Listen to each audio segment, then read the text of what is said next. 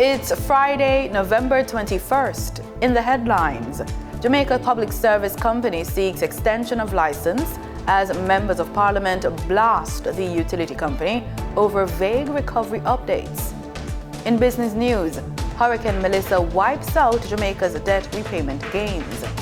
Regionally, Barbados' first president completes her term in office. And in sports, Jamaica Football Federation plans to appoint a new Reggae Boys head coach ahead of FIFA World Cup 2026 playoff campaign.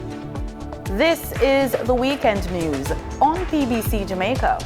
I'm Simone Absalom Gale.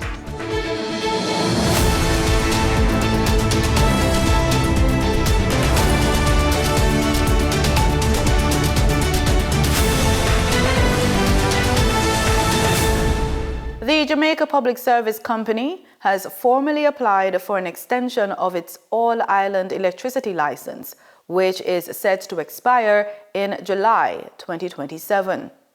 The disclosure was made this week by Permanent Secretary in the Ministry of Energy, Carol Palmer, during a meeting of the Public Administration and Appropriations Committee.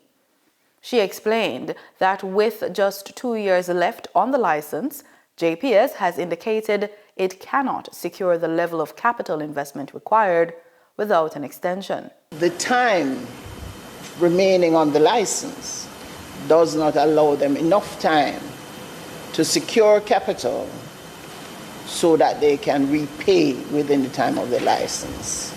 And there's no guarantee that there will be a renewed or new license unless JPS is willing to agree to new terms. Energy Minister Darrell Vaz, speaking on Thursday, confirmed that discussions with the company are ongoing. He said he will update Parliament next Tuesday on a recovery plan, following talks with JPS shareholders and senior management. Meanwhile, tensions mounted during the PAAC sitting as members of Parliament raised fresh concerns about JPS's failure to provide detailed timelines for electricity restoration and the reliability of the data it continues to release. There are constituents who reach out to me losing hundreds of thousands or tens of thousands of dollars worth of medication, and they're in a situation where they're unable to replace it. And sometimes I don't get the same sensitivity. Now, last year, before I became a member of Parliament, I was able to get better information from JPS after burial. Ms. Palmer told the committee the government has repeatedly asked JPS for parish-level and community-level restoration figures, but continues to receive broad percentages. Her remarks echoed complaints from Member of Parliament for St. James Southern Nikisha Burchell, who challenged JPS's assertion that her parish is 79% restored, calling the figure misleading. It really doesn't paint the picture for deep rural constituencies, which are 0% recovered, So when they break it out, if you could ask them to separate or disaggregate the data so that I can then work with my producers, my chicken farmers, and other producers in the constituency so they can have a timeline as to when they can ramp up their production. Further concerns were raised by St. Mary's Central Member of Parliament Omar Newell, who questioned whether tensions between the utility company and the government may now be affecting the pace of the restoration effort, following the administration's indication that JPS's license will not be automatically renewed. Prime Minister Dr. Andrew Holness says the government is moving to speed up electricity restoration island-wide, bringing in hundreds of additional JPS linesmen as recovery from Hurricane Melissa continues. The Prime Minister gave the update during a special press briefing at Jamaica House. Danita Rodney reports. Prime Minister Dr. Holness is acknowledging that full restoration could take months, but says the government is working to shorten that timeline. On the general trajectory, it could be as long as 6 months. before electricity is returned to every community in Jamaica.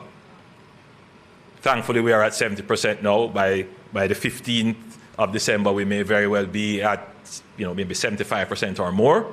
JPS says it needs more crews on the ground to speed up power restoration.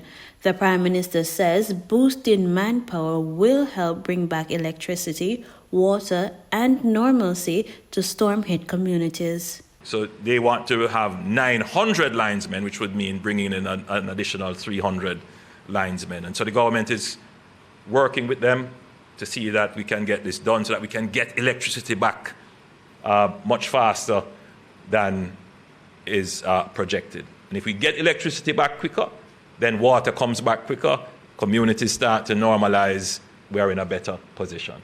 One major priority is Montego Bay, Jamaica's second city and tourist hub.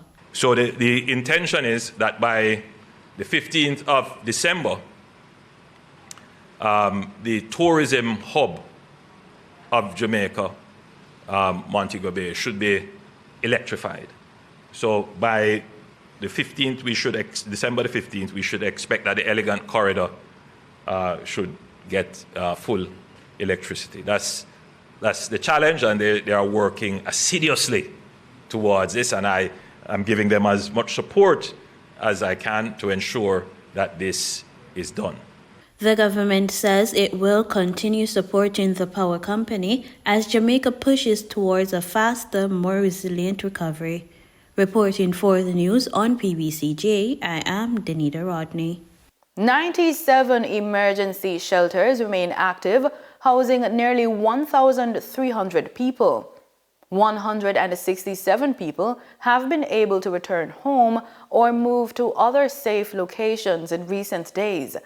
That's the word from Director General of the Office of Disaster Preparedness and Emergency Management, Commander Alvin Gale. Chanel Matthews has that story. Churches and faith groups and other organizations continue in their efforts to provide invaluable large-scale distribution of food, clothing, care packages across the affected parishes. Commander Gale also gave an update on how many homes were damaged during Hurricane Melissa. As indicated before, the parishes of Westmoreland, St. James, St. Elizabeth remain most affected. By way of building counts for dwellings, approximately 156,000 dwellings were damaged. Of that number, some 24,000 were total losses. Commander Gale says recovery is progressing at pace and that the strong coordination across agencies and borders signals steady movement toward national reconstruction. Meanwhile, the death toll from Hurricane Melissa remains at 45.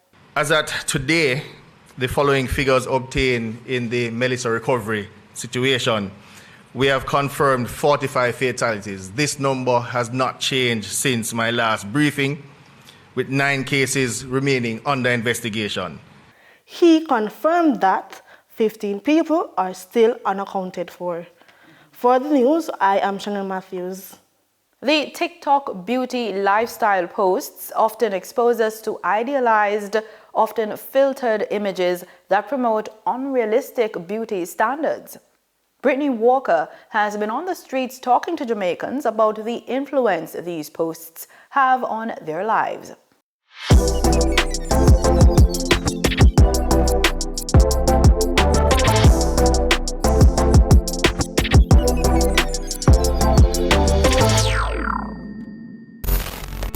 Have you ever felt pressured by the lifestyles or beauty standards that are presented on TikTok? I mean, yes, but not all the time because, you don't really know what people do for it or live that certain type of life or what come behind it. So sometimes, honestly, feel like say, yeah, I want to live that kind of life, but sometimes my mind tell me say easy. Not me personally, but I can understand for a lot of people how it's very influential to them. So it can become stressful, but I'm not easily swayed, so not me personally. No, because each and every person have their own life, and normally on social media people like to portray a different type of lifestyle opposed to what's going on in reality. So people always try to post the glitter and the glamour on the nice side, but after that cut off now, then reality hit them, and then that's a different way of living. So no, I don't feel pressured at all. Well, yes, basically seeing other people doing those things, like you're going to gravitate to them, like to do things where they want, because everybody wants to reach, as you can see.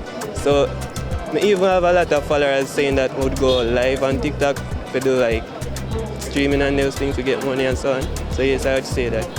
Well, personally, no, not for me, because I know myself, but I know for a lot of young people out there who may not have experienced those kind of things, or they were lacking during their childhood years or so, they will be easily influenced, and they are going to want to gravitate to those kind of things after viewing it on TikTok. No, not necessarily. I've never necessarily seen something on TikTok that affects me in any sense or form. But I'll see something on TikTok that I actually need to portray or even do in my own life. It's based off what you actually watch that comes up on your feed. And if you choose to be positive, then positive things will come up. If you choose to be negative, then negative things will come up. So if you want to be positive, you go for positive things that will enable you to be positive. But if you go for negative things, then that's exactly what you're going to do, and that's exactly what you're going to portray. Of course, but I'm not going to make because of what I see out there, so I do what I see. Why not? No, so I'm a big man, and I have my own mind. You get what I say? And we know from life itself that not everything glitter gold. You see me? And you know, say right now a man owning vehicle and thing, you don't know how him get it. And we know say most of them want to push them vehicle. Them don't really have no education, or they don't really have no inheritance or nothing then. And then get it fast and you will work all your life. They must do so. You get what I say? How them get it, most of them in a badness. You understand? Most of them probably all want a friend vehicle. You don't know what them do for do what them do. You get what I say? So I'll do a kind of pressuring because you have to live you have to live how you can afford to live, you know. You get what I say? That's why I say at the end of the day is what you're using it to do. Because if you go say social media and everything there, you have to target even music. Because I know social media alone I do it. Music I do it, you know. Long before TikTok, I can't tell me used to listen to. Yeah. I mean no bleach. No, I never feel pressured in my life yet, but when I say yo, I have to make it one day to just like them. Yeah. Because everybody have them time. True. Never feel so, miss. Never. Why? Just now that in me, you know, miss. Time now for the business report with Denise Williams.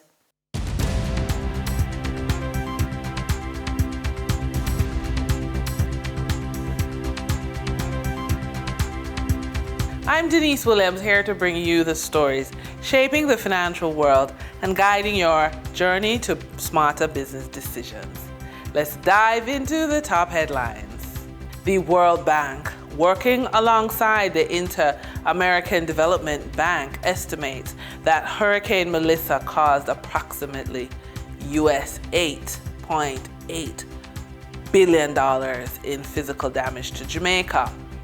This figure is equivalent to 41% of the country's 2024 gross domestic product and represents the most costly hurricane in Jamaica's recorded history.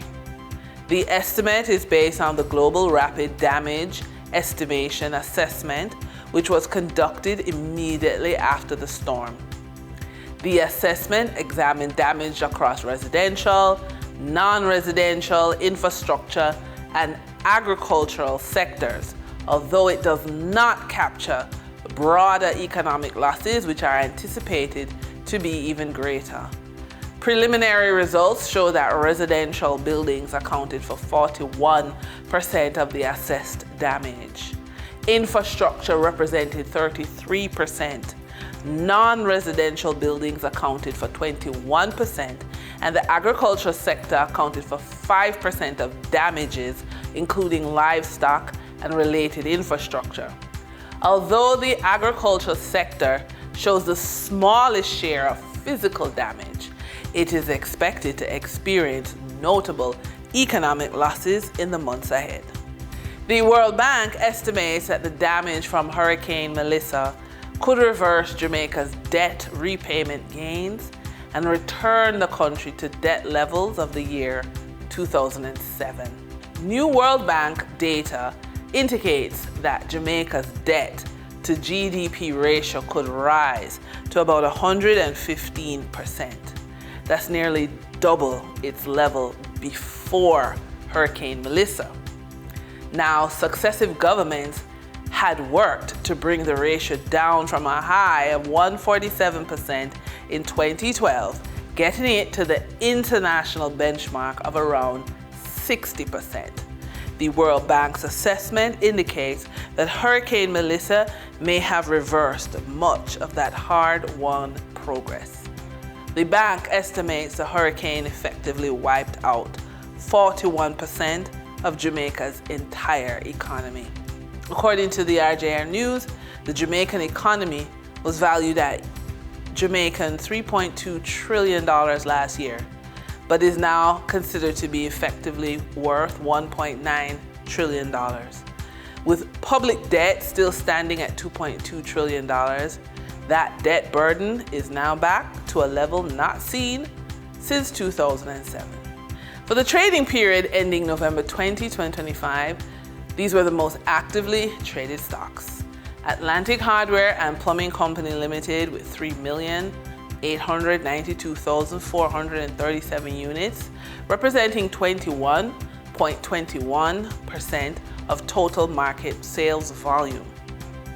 Trans-Jamaica Highway Limited with 2,592,694 units, representing 14.13% of market sales volume. Jamaican Teas Limited with 1,480,235 units, representing 8.07% of total market sales volume.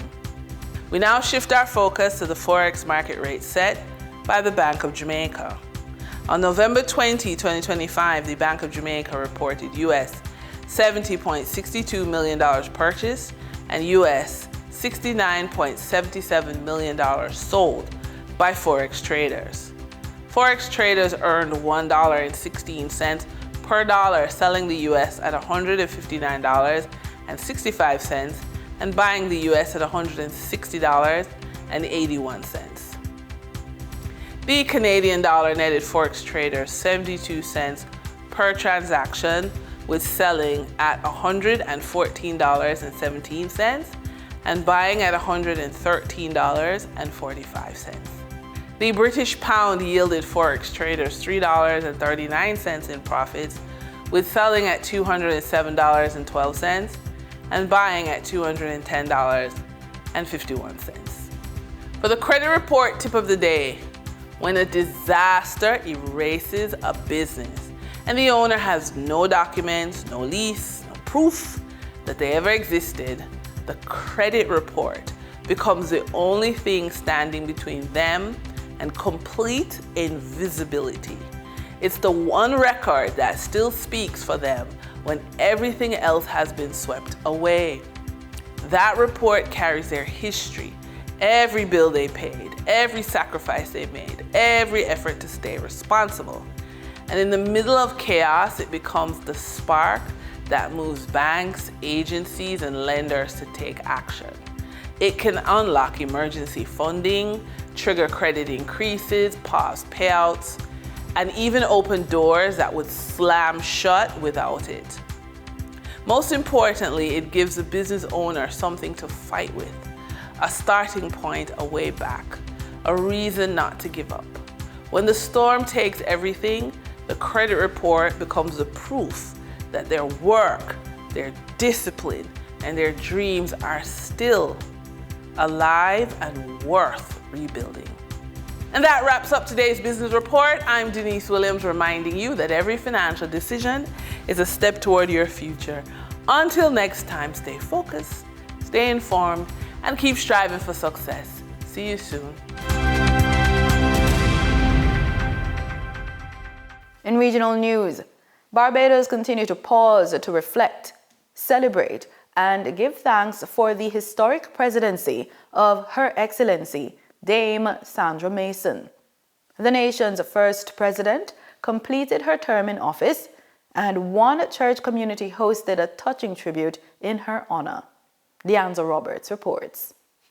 It was a majestic setting at the Mount Zion's Mission Barbados Foursquare Church, where invited guests and dignitaries gathered to celebrate an extraordinary milestone, the completion of the presidency of Her Excellency Dame Sandra Mason. The evening paid tribute not only to her leadership during Barbados' transition to republic, but also to her quiet acts of service, compassion, and kindness that have touched countless lives. Reverend Lucille Baird said she led with grace. In the last 4 years, she has served us as a country and the people well.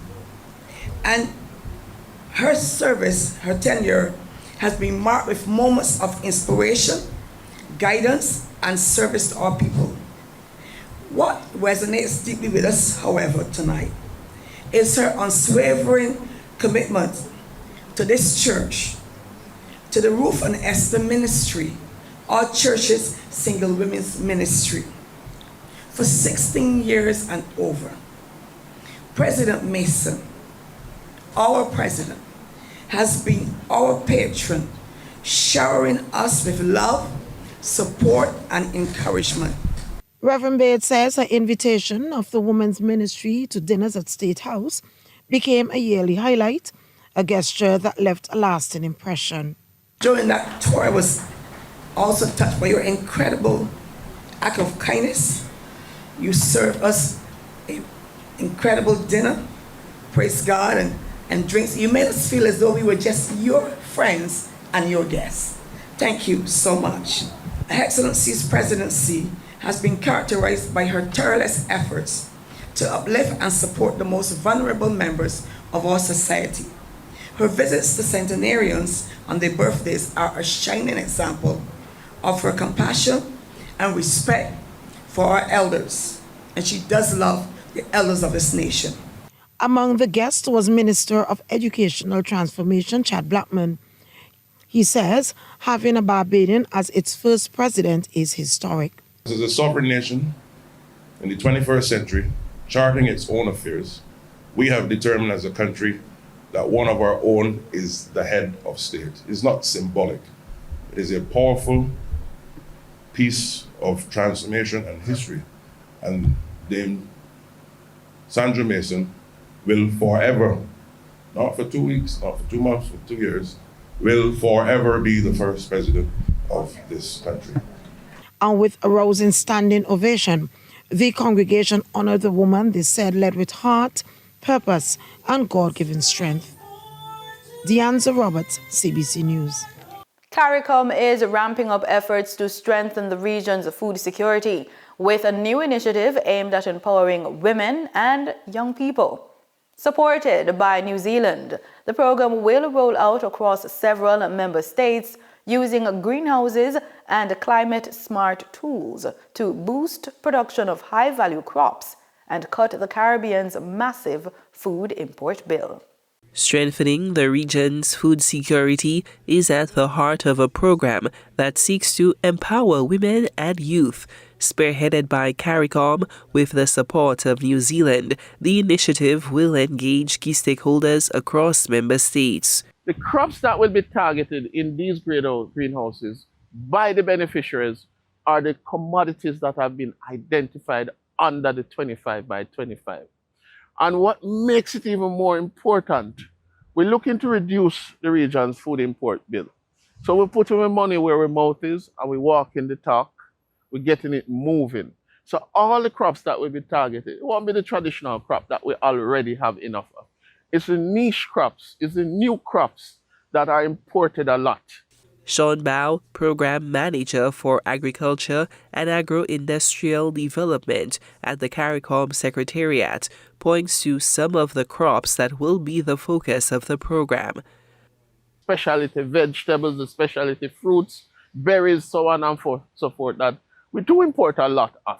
We consume a lot of, whether it's in tourism, whether it's in national domestic use.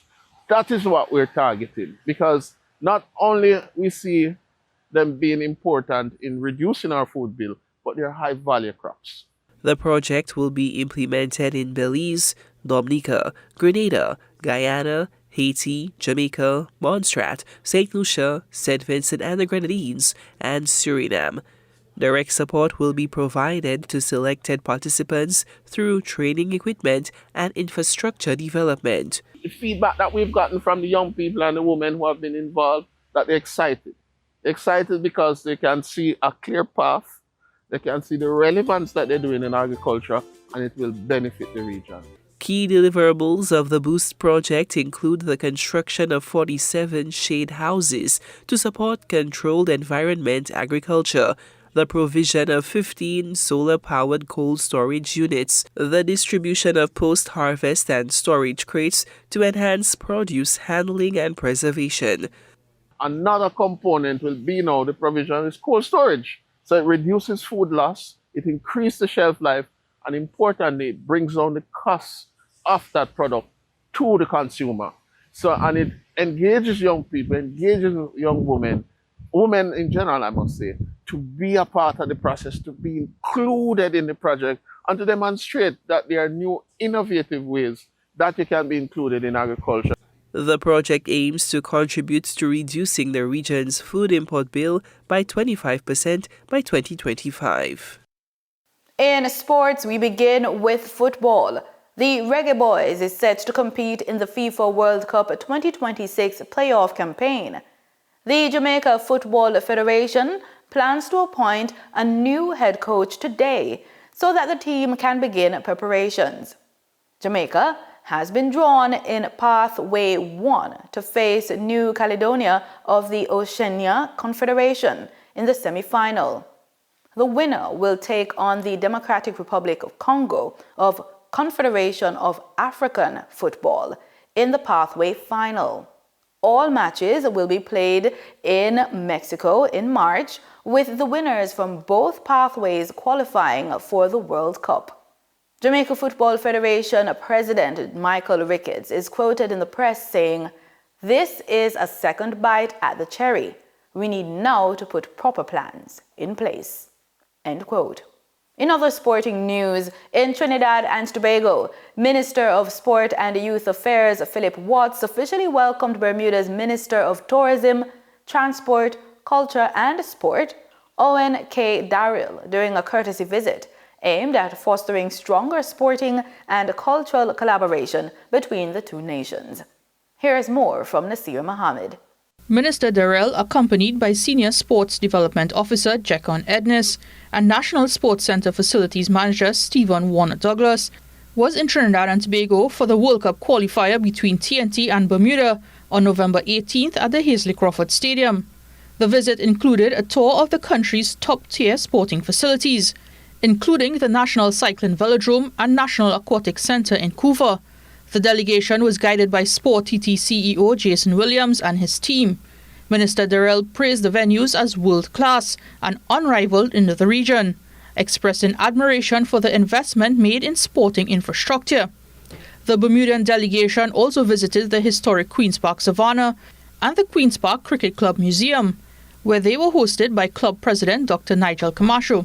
The rich cricketing heritage and memorabilia left a strong impression on the visitors.